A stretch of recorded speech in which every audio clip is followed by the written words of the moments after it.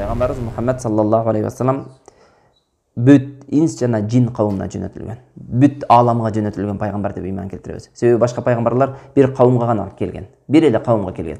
Пайгамбарыбыз Мұхаммед саллаллаху алейхи вассалам жалпы үммөткө келген, чүнктүбү жана жин кауымуна дагы келген деп иман келтиребиз. Андан кийин экинчиси пайгамбар саллаллаху алейхи вассаламдын өзгөчөлүктөрүнүн экинчиси пайгамбар саллаллаху алейхи вассалам пайгамбарлардын эмнеси? Мөөрү. Пайгамбарлардын хатими, мөөрү. Пайгамбарлардын эң акыркысы. Андан кийин пайгамбарлар эмне? Андан кийин пайгамбар келбейт деп иман келтиребиз.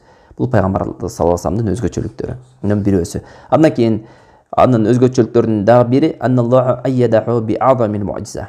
Аллах субханаху ва таала пайгамбар Мухаммед саллаллаху алейхи вассаламга эң улук муъжизаны берген. Башка пайгамбарларга бербеген эң улук муъжизаны берген. Ал да болсо Кур'ан. Ал-Кур'ан аль-Карим. Чүнктүбү? Кур'ан Карим пайгамбар саллаллаху алейхи вассаламга эмне гана насип кылган. Бул пайгамбар саллаллаху алейхи вассаламдын өзгөчөлүгү.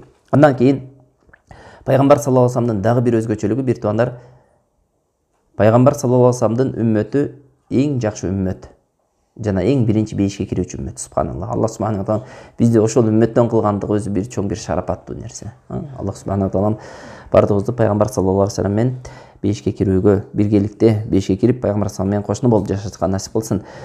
Караңыздар, акыйкатта өтө чоң бир немат бир туугандар пайгамбар саллаллаху алейхи вассаламдын үммөтү болуп тирилүү жана пайгамбар саллаллаху алейхи вассаламдын көрбөсөк дагы пайгамбар саллаллаху алейхи вассаламды сүйүп, пайгамбар саллаллаху алейхи вассаламдын сүннөтүнө ээрчип жашоо бул эң чоң нематтардын бирөөсү. Аллах таалам берген немат. Бул болсо арадан 1400 жыл өттү. Иса алейхисаламдын ээрчүүчүлөрү Иса алейхисалам өлгөндөн кийин Иса алейхисалам динини бурмалап жиберген. Өлгөндөн кийин эле. Ошо Иса алейхисалам өлгөндөн кийин бир 60 жыл өткөндөн кийин ошол эмне жазылган, Инжил жазылган, ошол Инжилде ошо өзгөрүүлөр болгон. Аллах субханаху ва таала ошол адашкан кауымдан кылбады. Аллах субханаху ва таала үстүнө газап түшкөн, Аллах тааламдын эмнеси кары түшкөн кауым Бану Исраилден кылбады, еврейлерден кылбады. Аллах субханаху ва таала сиз менен бизди мусулман үммөт, пайгамбар саллаллаху алейхи вассаламдын үммөтү кылгандыгы бул эң чоң эмне? Аллах тааламдын жакшылыгы, алхамдулилlah. Андан кийин пайгамбар саллаллаху алейхи вассалам аннаху саййиду валаду адам яумал кияма. Кыямат күнү пайгамбар саллаллаху алейхи адамдын урпагындагы эң чоң мындайча айтканда адам урпагынын мырзасы болот. Түшүнүктүбү? Адам урпагынын мырзасы пайгамбарыбыз Мухаммед саллаллаху алейхи вассалам болот. Сиз менен биздин пайгамбарыбыз эмне? Адамдардын, Адам алейхисаламдын урпагынан келген адамдардын эмне? Мырзасы. Андан кийин пайгамбар саллаллаху алейхи вассалам чоң шапаатка ээ болот. Түшүнүктүбү? Чоң шапаатты Ибрахим алейхисаламдагы, Муса алейхисаламдагы, Иса алейхисаламдагы, Нух алейхисаламдагы эмне? Ошол шапаатка неме болгон эмес, татыктуу десек адашып калабыз. Аллах таала насип кылган эмес ал инсандарга, ал пайгамбарларга. Ушул чоң шапаатты пайгамбарыбыз Мухаммед саллаллаху алейхи вассаламга насип кылган. Пайгамбар саллаллаху алейхи вассалам ошол кыяматтын башталуусуна эмне кылат? Чоң шапаат кылып, ошол жерде Аллах тааламдан уруксат сурап, анан кыямат күнү башталат. Кыямат сурак жооп башталат. Ошондой эле пайгамбарыбыз саллаллаху алейхи вассалам эмне?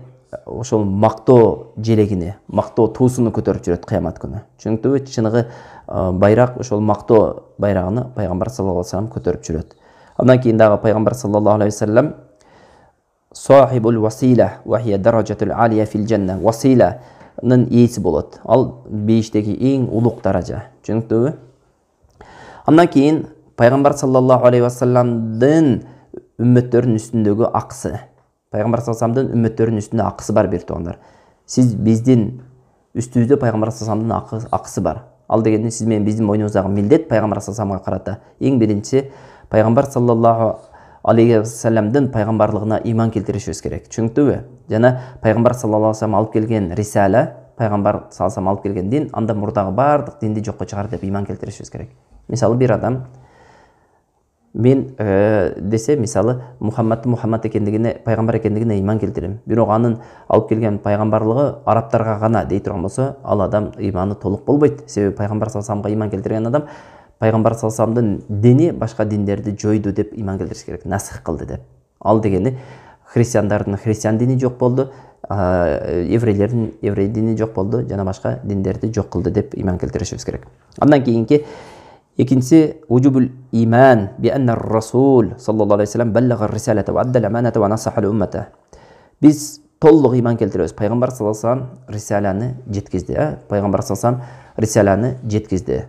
баллага рисалата ва аддал аманата, аманатты өтүп эмне кылды, үммөттү эмне жакшы нерсеге насаат кылды.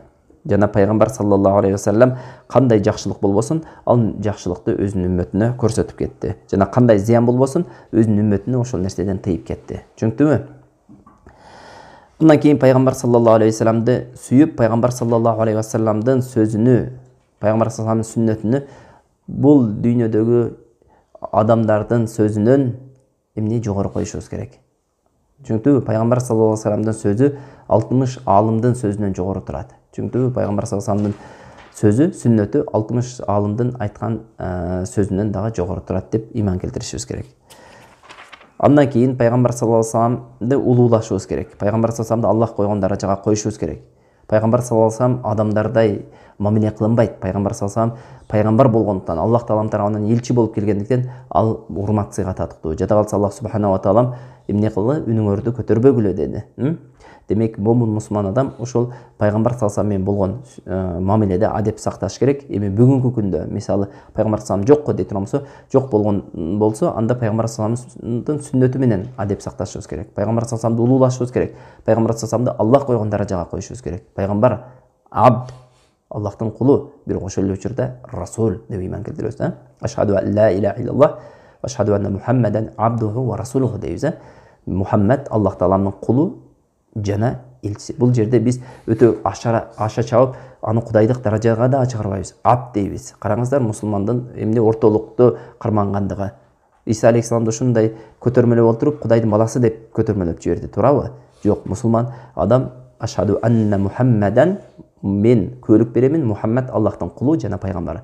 Ошол эле убакта абд сизге мага окшош абд эмес, сизге мага окшош Аллахтын кулу эмес, балким расул, Аллахтын элчиси, Аллахтын жөнөткөн элчиси, туурабы? Демек, караңыздар, валиллахил масалул аля, Аллах тааламдан бардык мисалдар улуу болот бир тоонор, бирок жакындашуу үчүн айтабыз, бир падыша башка бир өлкөгө элчи жөнөткөндө кимин жөнөтөт? Көчөдөгү ешмат менен ташмат эле кармап алып келип жөнөтпөйт, туурабы? Өзүнүн эң ишениктүү, ишенген адамын жөнөтөт. Жана ошол адам ал жака барып, ошол падышанын максатын орундатып келүү керек. Ошондой адамга ишенген адамны жөнөтөт. Эми караңыз, Аллах субханаху ва таалам пайгамбар кылып жөнөттүбү? Демек, Аллах субханаху ва таалам ишенип, эмне пайгамбарлыкты тапшырды. Демек, ал инсанга биз эмне кылышыбыз керек? Урмат сый менен мамиле кылышыбыз керек. Жана Аллах койгон даражасын эмне Аллах таалам койгон даражага коюшубуз керек. Андан кийин пайгамбар саллаллаху алейхи вассаламга дайыма салават айтып жүрүшүбүз керек.